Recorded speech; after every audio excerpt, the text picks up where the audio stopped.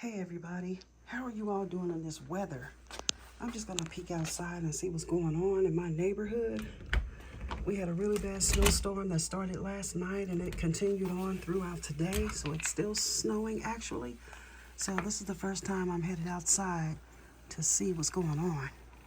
Oh wow, it's really thick by my front door.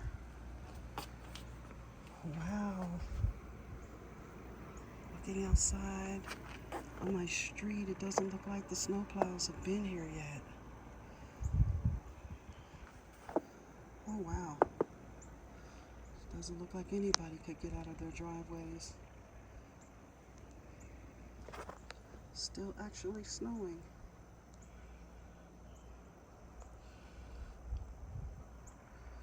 Still coming down.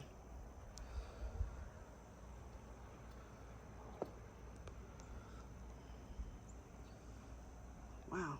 Well, I guess all plans that I had for today has been canceled because I am not able to get out of my door, my front door, let alone my driveway. Okay, let me know in the comments how it is in the city where you live. I'm in Ohio, so this is what's going on.